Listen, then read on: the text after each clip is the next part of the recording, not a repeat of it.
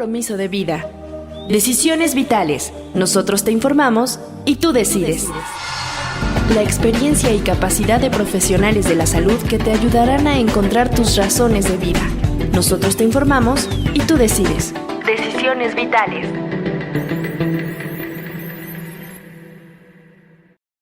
Bienvenidos a Decisiones Vitales. Un gusto estar con ustedes. Soy Alejandro Águila y deseamos que compartan este sitio para que más personas puedan conocernos, puedan informarse sobre los temas que manejamos aquí, que tienen que ver sobre la prevención de suicidio y la salud mental. El tema de hoy es un tema que seguramente a muchos de ustedes les ha pasado y es la ansiedad y suicidio. Tendremos que identificar qué es la ansiedad, las modalidades y qué podemos hacer para mitigarla, inclusive eliminarla. Bienvenidos todos los disponibles y Mariale, ¿cómo estás? Muy bien, Alejandro, gracias. Bienvenidos al podcast de Suicidología, donde nos conectamos para hablar sobre la importancia de la prevención del suicidio. Soy Mariale Buenfil, psicoterapeuta, y estoy emocionada de tenerte aquí. En cada episodio tendremos información valiosa y reflexiones sobre un tema tan importante como lo es la salud mental. Prepárate para aprender, reflexionar y crecer con nosotros. Comencemos este viaje hacia una vida más plena y saludable juntos. Encuéntranos en todas nuestras redes sociales como Suicidología y en YouTube como Alex Águila Tejeda. Hoy hablaremos de ansiedad y suicidio y nuestro invitado nos compartirá más información sobre el tema. Alejandro. Pues si quieren de atención, tenemos una línea de ayuda en la Ciudad de México al 55 46 31 3307 o escríbanos a info@suicidología.com.mx. Un profesional capacitado podrá ayudarles. Hoy nos acompaña José Martínez Sánchez. Es psicólogo por la UNAM en el área de la psicofisiología, especialidad en cuidados paliativos en el paciente oncológico. Tiene maestría en psicoterapia psicoanalítica con especialidad en adolescentes y adultos, así como doctorado en investigación psicoanalítica.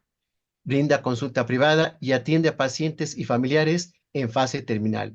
Bienvenido. Hola, ¿qué tal? Nuevamente a todos y es un gran gusto poder dar un granito de arena para apoyar a tantas personas que nos van a ayudar a escuchar el día de hoy y queremos ayudar a todos. Por supuesto que sí, y bueno, de entrada sabemos que la situación de la ansiedad no es ajena al ser humano. Todos tenemos en algún momento dado un grado mayor o menor de ansiedad, pero ¿cómo la podríamos definir para todos nuestros disponibles, doctor José Martínez? Sí, mira, existen muchas formas de empezar a definir la ansiedad. Podemos empezar a definir de un punto de vista psicofisiológico, psicológico, emocional, social, y ya entrando, por ejemplo, alguna que otra corriente desde el punto de vista de la psicología. Pero yo creo que nos vamos a la parte más sencilla, en donde podemos entender que la ansiedad es una situación de inquietud del estado de ánimo, una zozobra, es miedo.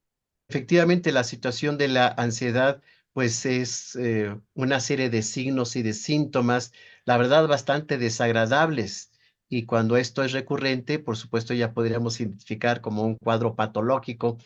Pero ¿cómo se relacionan los conflictos que no se resolvieron en el pasado con síntomas de ansiedad y estas ideas suicidas que pueden tener las personas? Sí, debemos entender un punto muy importante, que los síntomas de la ansiedad, como ya hemos estado comentando, y pongan mucha atención lo que se escucha, es el miedo, miedo a que vaya a suceder algo, presente o en el futuro, ya saben, sudoración, taquicardia, maripositas en el estómago, problemas para dormir, sobre todo insomnio, pero bueno, ¿por qué está asociado con algunos elementos que nos sucedieron en la infancia?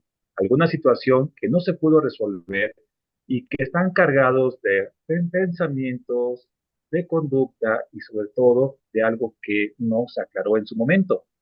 El niño o la niña de aquel entonces, siendo obviamente muy pequeños, interpretaron una situación de la vida de ese momento con mamá, con papá, con abuelito, y no lo pudieron entender y, por así decirlo, desarrollar, clasificar en su mente infantil.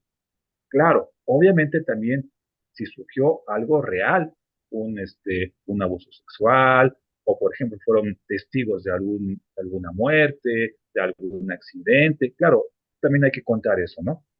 Entonces, como en aquel momento aquellos niños no lo resolvieron, no entendieron y no hubo alguien que les explicara y también no hubo alguien con que ellos sintieran esa necesidad o esa confianza de poder decir, oye, vi esto, es real esto, oye, escuché esto, papá, mamá, escuché que el tío dijo esto. Y entonces los niños empiezan a hacer una serie de fantasías y de ideas que se van creando en una famosa bola de nieve y que hoy, estando a los 25, 35 años, se fue arrastrando esa situación y es ahí como lo que sentimos hoy puede tener su origen en aquel momento, 3, 4, 5 años, que no se aclaró, pero que está cargado de emociones y pensamientos y obviamente la conducta, ¿no?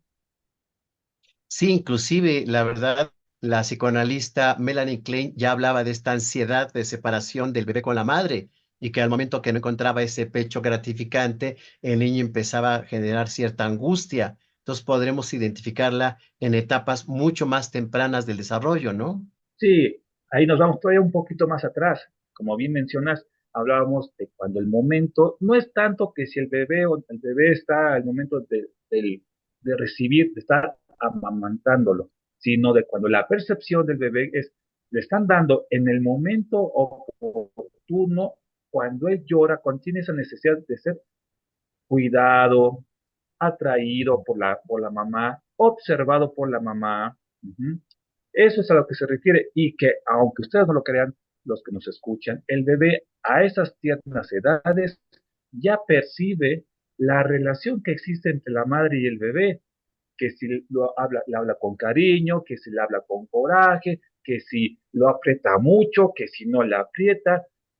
Realmente, crean por favor que cuando la mamá está observando a ese bebé al momento de amamantarlo, eso es vital, tan importante y en paralelo como la calidad nutricia de esa leche. Es la mirada nutricia de ese bebé que le va a ir brindando una gran seguridad para que después ese niño pueda interpretar de una forma coherente y correcta el contexto que está viviendo y no después generar fallas en su interpretación del contexto.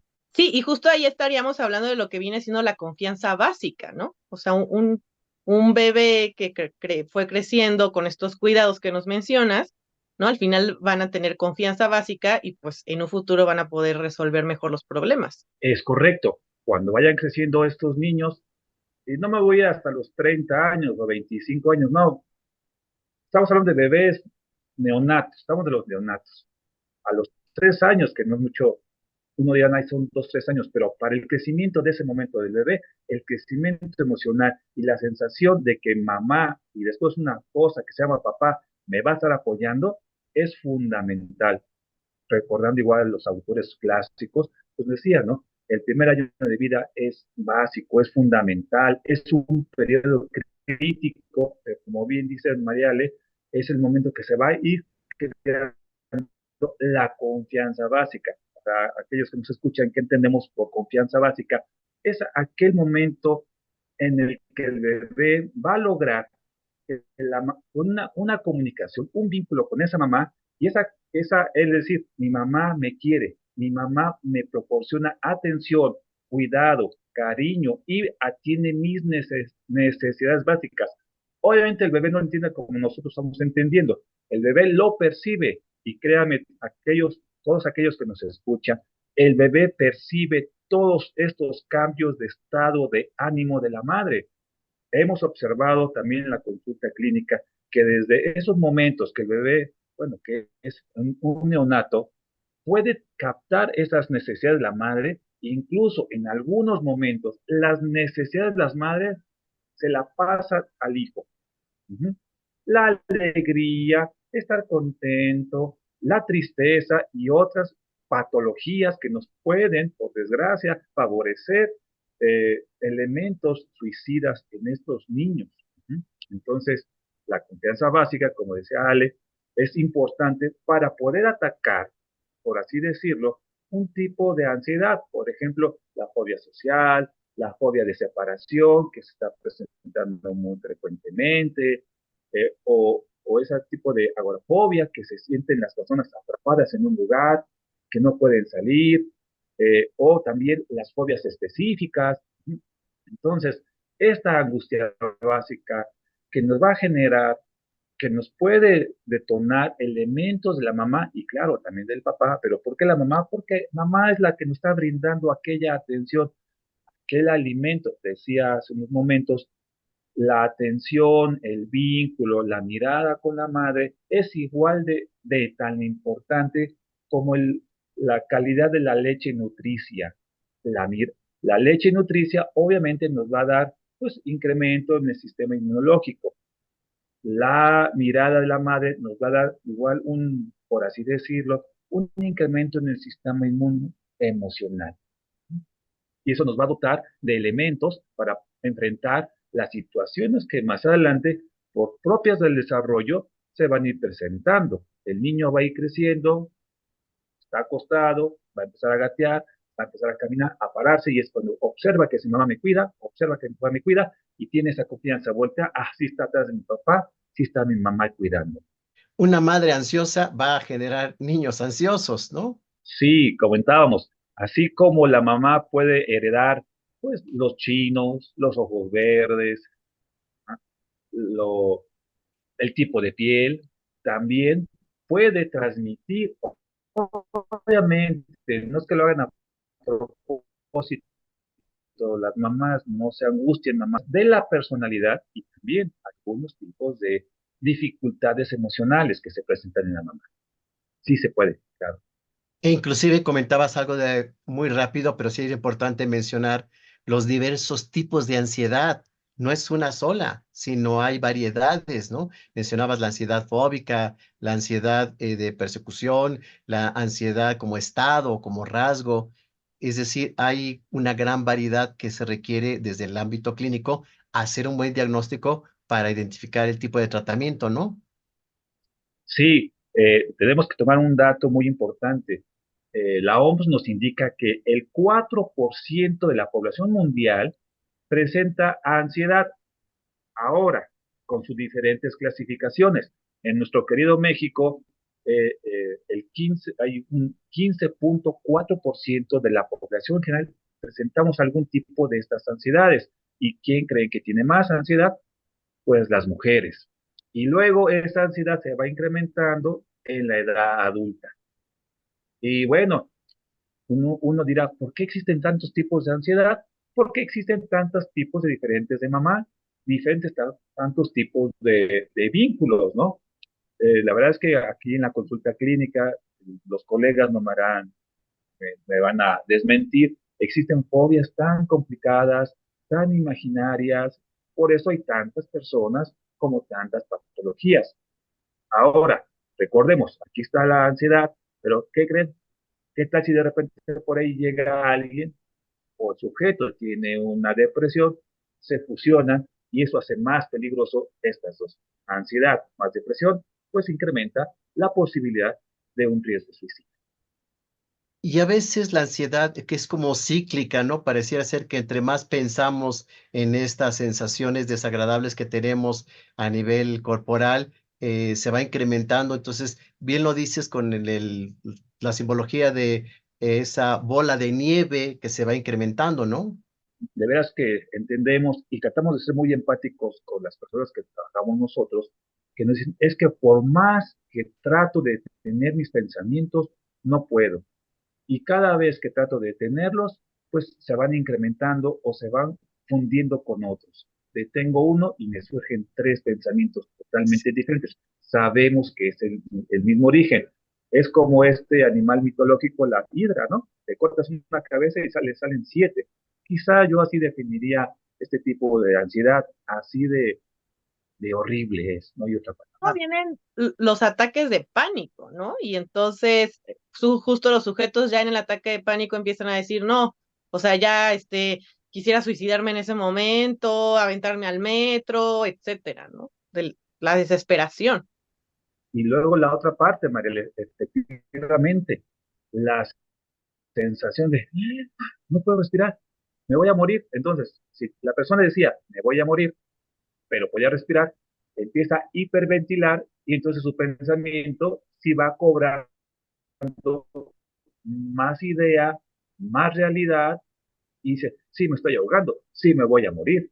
Sucede que el miedo se va incrementando. Entonces se dan cuenta que es como una cadena, es como una reacción en cadena. Ujú. El átomo del miedo le pega al átomo de la depresión, el átomo de la depresión le pega al de la respiración, empieza a hacer una reacción en cadena en el sujeto. Algunas personas refieren que sienten como que les va a dar un infarto. Entonces, efectivamente, lo asocian directamente con la condición de me voy a morir.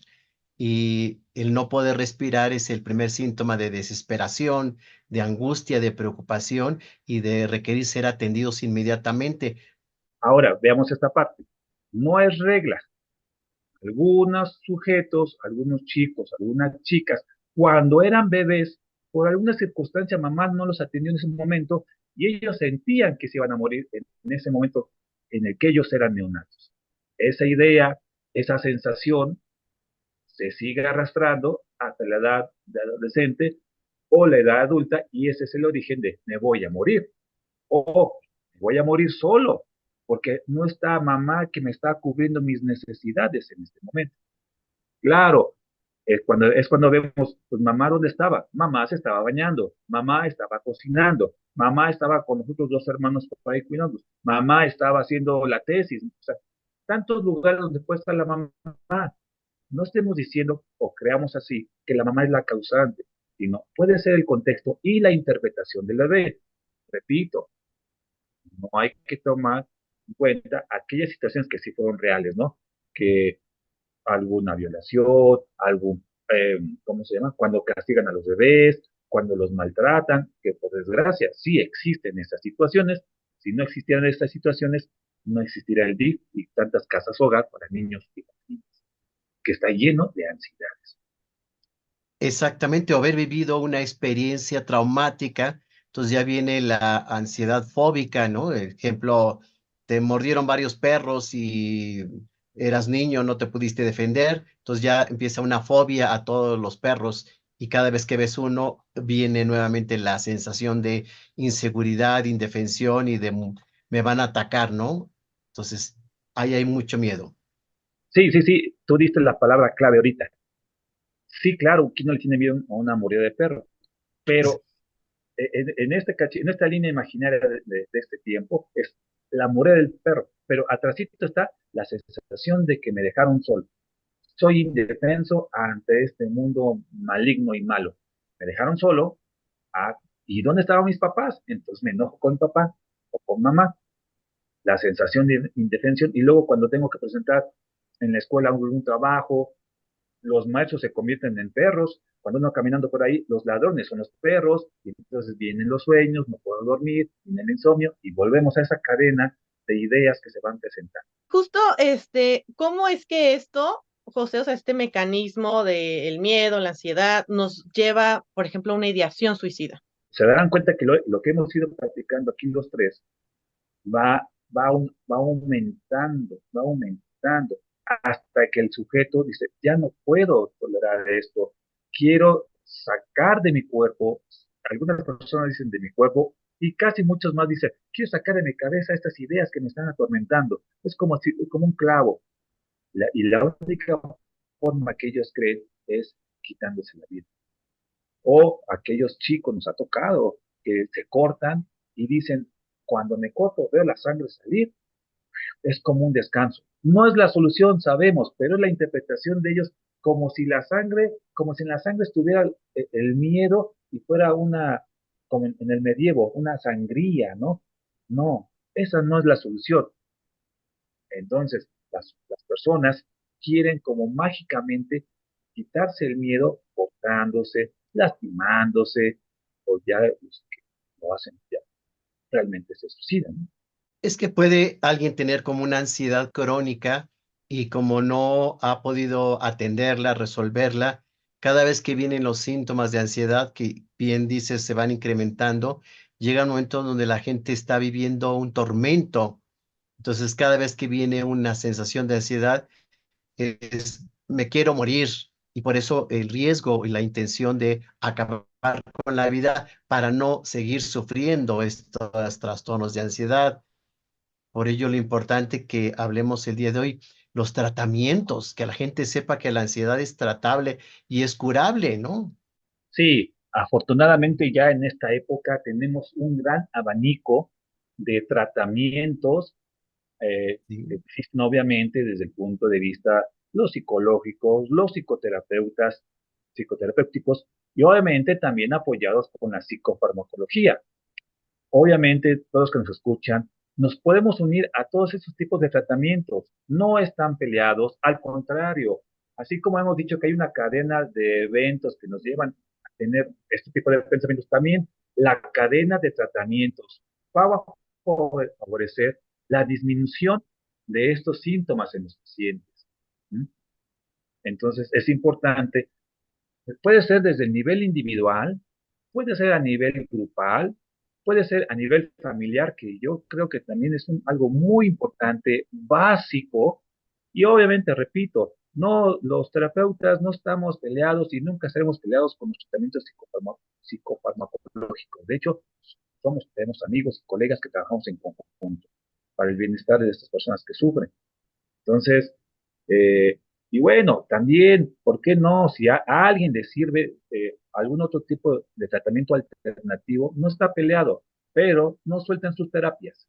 La gente normalmente quiere como una pastilla mágica que le quite la ansiedad, cuando realmente el medicamento únicamente elimina los síntomas. Hay que ver las raíces que llevan a que esta ansiedad se genere, ¿no? Le quita algunos síntomas, ¿no? O sea, yo he tenido pacientes que ya llevaban tiempo medicados y aún así no por completo quita la ansiedad y es cuando pues, hasta los mismos psiquiatras les dicen que vayan a psicoterapia, ¿no? O sea, sí me ha tocado eso. Entonces, pues sí, también es bueno observar eso, o sea, no es mágica la medicina.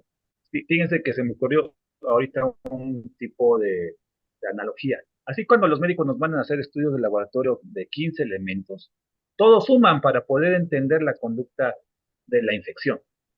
Aquí igual, en el tratamiento para este tipo de personas que lo requieren es multifuncional, todos tenemos que trabajar en equipo. Y sí, a la fecha todavía no existe una pastilla para quitar la indefensión, solamente eso en terapia. E inclusive comentabas esta parte que hay que recalcar, la familia, ¿no? A veces el paciente acude, se le da la terapia, inclusive si requiere medicamentos, medicamentos, pero regresa a una familia ansiógena, a una familia donde todos padecen ansiedad y sí, hay una contaminación o un contagio. Recordemos que vivimos en nuestro querido México. Están los Martínez y están los Sánchez. Y a su vez, los Martínez y los Sánchez, cada quien trae una historia diferente, que se suma en una sola persona, en un José Martínez. Entonces, cada uno de nosotros traemos la historia de los Martínez y de los Sánchez y de los López y de los que ustedes quieran. Pero así, repito, así como nos heredaron los ojos azules, la nariz, el color de piel, también nos transmiten ese tipo de conductas o de enfrentamientos o de, en algunos casos ya de psicopatologías muy, muy claras, ¿no? Solamente en terapia y en terapia familiar podemos encontrar el origen y trabajar sobre él. De veras que, los que hemos trabajado terapia de pacientes con riesgo suicida, salen cosas muy interesantes que se trabajan con ellos y créanme que podemos observar cómo descansa el paciente y observa el paciente que la familia empieza a regresar los síntomas. Mira, esto es tuyo, mamá, esto es tuyo, papá, esto es tuyo, hermano, esto es tuyo, tía, y este es de la abuelita que no está aquí, aunque, voy a decir esto, aunque la abuelita o el abuelito o el abuelito ya no esté vivo, también podemos trabajar eso. ¿Por qué? En si somos brujos. No, las conductas se van repitiendo y las podemos identificar en los diferentes familiares. Conductas de ansiedad, conductas de miedo, conductas de que personas se han suicidado dentro de la familia. Y chequen este dato. Habíamos dicho que las personas que tienen depresión, que tienen ansiedad, se potencializa y se hace más fuerte si algún miembro de la familia, cercano o lejano, tuvo un intento o un acto. suicida. Lo hemos comentado en algunos otros momentos que casi siempre esos son secretos. Ay, no, es que el tío se cayó por la barranca. No es cierto. El tío se aventó a la barranca y es totalmente diferente. Y esos elementos, pues los transmiten, los comentamos, se queda, me gusta mucho esta palabra, se queda encriptada en el sujeto, en la familia y en la terapia familiar y la individual. Tenemos que romper ese caparazón despacito, ojo, no es así, rompemos y ya, no, no, es despacito, vamos limpiando, vamos trabajando, vamos escuchando y también vamos viendo en qué momento abrir ese secreto o en algún momento no se va a abrir para beneficio de la familia y del sujeto. Cuando la ansiedad se traspola a depresión y tenemos el diagnóstico mixto ansioso-depresivo, que también es algo bastante incómodo y preocupante para los pacientes porque empieza con ansiedad y termina con depresión. Y entonces se complica mucho el tratamiento, tanto psicoterapéutico como medicamentoso, ¿no? Porque hay medicamentos para ansiedad y para la depresión, entonces a veces tienen los pacientes que tomar todo un cóctel, ¿no? De medicamentos. Sí, algún paciente me decía, oye, salgo de Guatemala para entrar a Guatemala por la depresión y por la ansiedad, y luego me dice, con lo que cuestan los medicamentos, ya súmale a la ansiedad, ahora por conseguir dinero para estos medicamentos, para uno, para el otro, y me tengo que esperar ahí a ciertas instituciones donde se tardan 3 meses para atenderme y no puedo ir a la consulta privada porque pues, no me alcanza y se genera otro tipo de ansiedad. Es cuando vemos, pues se van complicando, es un aspecto, ahí entramos en la parte psico también. Sí, porque aquí lo importante es mencionar cómo el paciente de repente pasa de la depresión a la ansiedad, de la ansiedad a la depresión, entonces se convierte en un trastorno mixto con gran necesidad de medicamentos para la ansiedad, medicamentos para la depresión, y pues esto también es muy oneroso y complicado para el paciente. Desafortunadamente sí es más frecuente de lo que hubiéramos deseado y, y obviamente eso le suma preocupación al paciente y ¿qué creen? La familia que lo cuida, algunos dicen, oye, estabas deprimido, ahora andas ansioso. Y, y ojalá fuera una vez, cuando vemos que eso se va presentando a través de 1, 2, 3, 5, 6 años, 8 años, pues obviamente la familia se cansa de esa situación, pero no es de que se canse, sino también le da miedo, le da ansiedad, le da preocupación, se agota la familia ante este tipo de situaciones y circunstancias que está viviendo el paciente y obviamente el paciente se da cuenta. Ay, no le voy a decir a mi mamá que me siento mal porque se va a preocupar. No le voy a decir a mi papá que quiero una pastilla porque se va a enojar. En la experiencia con mis adolescentes, ahí en la institución donde trabajo a nivel preparatoria, es muy común que los chicos no quieran decirle a sus papás que están tristes, que están preocupados. Es muy común porque dicen, es que se van a enojar, es que se van a preocupar, es que van a gastar, es que. Y sí, se presenta mucho esta situación. En adolescentes lo he observado mucho. Y también en adultos mayores. Digo, casi menos, no porque no se presente, sino porque casi no tengo atención con este tipo de población, pero en adolescentes y adultos sí es muy frecuente. Y qué bueno que mencionas esto, porque a veces la familia, como desconoce la situación de la ansiedad y la depresión, le responden a los hijos, pues no te deprimas, o si tienes ansiedad, ay, pues que se te quite, ¿no? Distráete, como si fuera una condición que la persona solita quiere, ¿no? No, la ansiedad llega per se, no se busca, Sí, no se desea, ¿no? sí, como si la Sí, persona pudiera controlarlo fácilmente, ¿no? Hay que mencionar esta parte donde la ansiedad puede ser normal y puede ser ya patológica, porque todos tenemos en un momento de ansiedad, no sé, cuando vamos a hacer un examen o cuando nos exponemos en una plática, una conferencia o cuando nos exponemos a una condición nueva, hay ciertas sensaciones de síntomas de ansiedad, pero ya para que la identifiquemos como enfermedad o algo patológico, ¿qué se requiere? sí, se requiere que los sujetos se congelen, que sus pensamientos los dominen, que sean repetitivos esos pensamientos, no una sola vez, una semana, meses o años y cierta frecuencia ante estas situaciones. Ujú. Lo observamos también mucho en los chicos, por ejemplo, cuando hacen un tipo de examen. Ujú. Sí. Hay unos que, bueno, es normal sentir miedo al examen, y más si no estudias, ¿no? Pero ¿qué pasa con aquellos que, a pesar de que estudiaron, a pesar que son buenos chicos que estudian, que se preparan, están sentados y se paralizan, ya no saben, no pueden a veces ni escribir?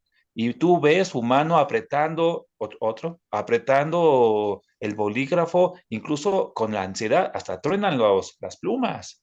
Estos son algunos ejemplos en los cuales ya pasa de una normalidad a una patología. O cuando estamos, los chicos están tranquilos y de repente, por la misma ansiedad que tienen, dan unas contestaciones, independientemente de la edad de la adolescencia, dan contestaciones muy agresivas, dan contestaciones muy devaluatorias, y eso se presenta en la escuela, con los amigos, con la familia de los López, con la familia de los Martínez, con la familia de los Juárez. Entonces, que esta situación que se va presentando en diferentes puntos de la vida del sujeto ya no está hablando de una alerta, es un foco no verde, ya es un foco rojo o un semáforo rojo. Sí, la mayoría de los manuales mencionan que debe de permanecer todos los síntomas o la mayoría de los síntomas aproximadamente más de 2 semanas. Vamos, no es la ansiedad ocasional, sino es una ansiedad recurrente que inclusive no podría existir un factor precipitante. De repente llega en el paciente sin inclusive tener una asociación con algo, ¿no? Sí, volvemos al ejemplo del miedo al perro. Si yo voy caminando y veo un perro en la esquina y le tengo miedo y precaución, me paso a la otra esquina, pero estuvo un estímulo desencadenante, el perro. Pero ¿qué pasa si voy caminando en una calle donde no hay nadie, una buena hora, y tengo miedo que en la esquina va a haber un perro, y entonces me detengo, me congelo, empiezo a palpitar, las manos empiezan a sudar, empiezo a tartamudear, empiezo a voltear por todos lados, me quedo paralizado, le marco a mi mamá, le marco a mi papá para que vengan por mí? Eso ya está hablando de un problema muy serio. Sí, un problema que ha ido incrementándose, normalmente cronificándose. Y fíjate que para este tema, Mariale nos trae unas excelentes recomendaciones. No sin antes recordarles que los estamos esperando en todas las plataformas de podcast. Nos encuentran como Suicidología. Pueden suscribirse, compartan y comenten. Quisiera recomendarles, hay una película que se llama Safe. Esta es del 1995. De hecho, la pueden encontrar en HBO. Y esta película justamente pues sí nos habla de una fobia, ¿no? Y es sobre la ansiedad generalizada y nos permite comprender cómo las personas que sufren este trastorno suelen aplicar interpretaciones negativas a hechos aparentemente inofensivos, lo cual exacerba su ansiedad. De hecho, se ha demostrado que cuando las personas que sufren ansiedad aprenden a desarrollar una interpretación más positiva de las situaciones, disminuye su tendencia a la preocupación y se reduce la ansiedad. Y pues en esta película vamos a poder ver justamente esta ansiedad generalizada. Igualmente hay una película, la de Inocencia Interrumpida, esta la pueden encontrar en Netflix, y en esta película es una chica con trastorno borderline de la personalidad, y bueno, como ya sabemos, este trastorno tiene justamente varios trastornos y uno de ellos es la ansiedad, y vemos cómo esta chica intenta suicidarse, ¿no? Y eso la lleva a un hospital psiquiátrico, y bueno, de eso posteriormente vamos a ver de qué se va a tratar la película ya estando ahí en el hospital psiquiátrico. También está la película de Intensamente, pero hay Intensamente uno, que nos va a hablar de las emociones básicas, y ya viene por estrenarse Intensamente la número 2, ahorita este año, y pues justamente pues es muy esperada porque se va a sumar una nueva emoción, y esta emoción es la ansiedad. Bueno, y también quisiera recomendarles un libro que se llama Habla con tu ansiedad de Silvia Rodríguez. Este libro es muy personal, está lleno de anécdotas e historias vividas en carne propia acerca de su proceso de ansiedad y a través del cual ella nos relata no solo cómo logró salir adelante, sino que nos despliega una serie de consejos prácticos que ayudarán a aquellos que, al igual que ella, han pasado o están atravesando por ansiedades y temores. Y pues justamente, ¿no? Muchas personas con ansiedad luego dicen, ay, no, es que nadie me entiende, es que no sabes lo que es vivir con esto. Y bueno, pues en este libro Nos va a hablar la autora desde su anécdota y lo pueden encontrar en Amazon.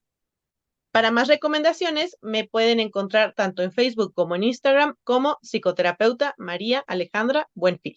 Doctor José Martínez, ¿cuáles son las alertas importantes a tener en cuenta sobre este tema? Las alertas más importantes serían cuando el sujeto se da cuenta que está repitiendo estas conductas, que se paraliza, que tiene miedo, que tiene zozobra por el futuro, por el presente, y que no les dice nada a nadie.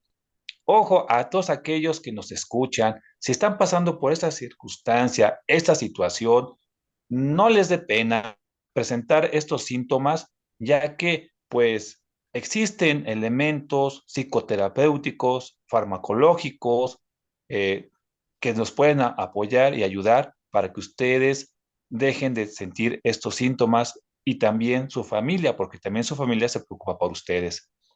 Que su familia se preocupe de ustedes no significa que los van a dejar de querer o que se van a enojar. No, avisen, comuniquen y díganle a sus amigos, a sus familiares, a sus maestros, entiendan que existen muchos oídos para ustedes puedan ser apoyados y les puedan servir. Y que obviamente no es una condición ajena al ser humano, que hoy en día, ya lo mencionamos, hay muchas técnicas, muchas terapias, muchos medicamentos, y que efectivamente la ansiedad puede paralizarnos, puede hacernos sentir que nos vamos a morir, o inclusive la intención suicida como para mitigar todos los síntomas de la depresión, que busquen ayuda, que siempre hoy en día pues podemos brindarles mucha atención y que la ansiedad se cura, sí se puede atender.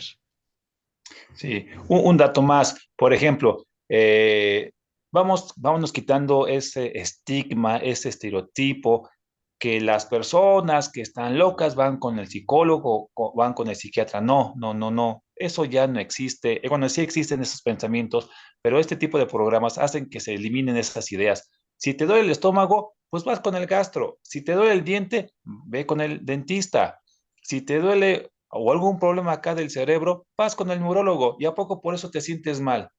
No, no tengamos miedo a decir o a trabajar o a acudir con un paciente, con una persona dedicada a la salud mental. Existen tantas personas que trabajan de forma ética que los pueden apoyar y ayudar, y existen muchos programas como este. Recuerden, escuchen las redes sociales de este programa y ahí van a encontrar mucha ayuda. Créanme que seguramente hay muchas personas que nos han escuchado y han tomado los datos de aquí y les han ayudado. Así es, y bueno, ¿cómo pueden contactarte?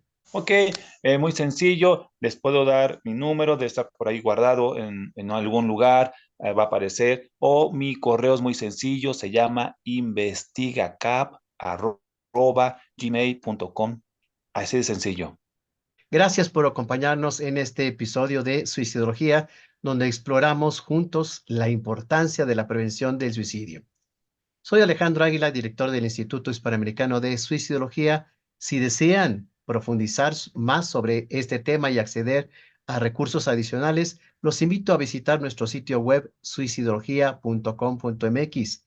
Allí encontrarán información relevante, apoyo y orientación. No olvides suscribirte para estar al tanto de nuestros próximos episodios, donde seguiremos abordando este tema crucial y otros aspectos relacionados con la salud mental. Hasta pronto.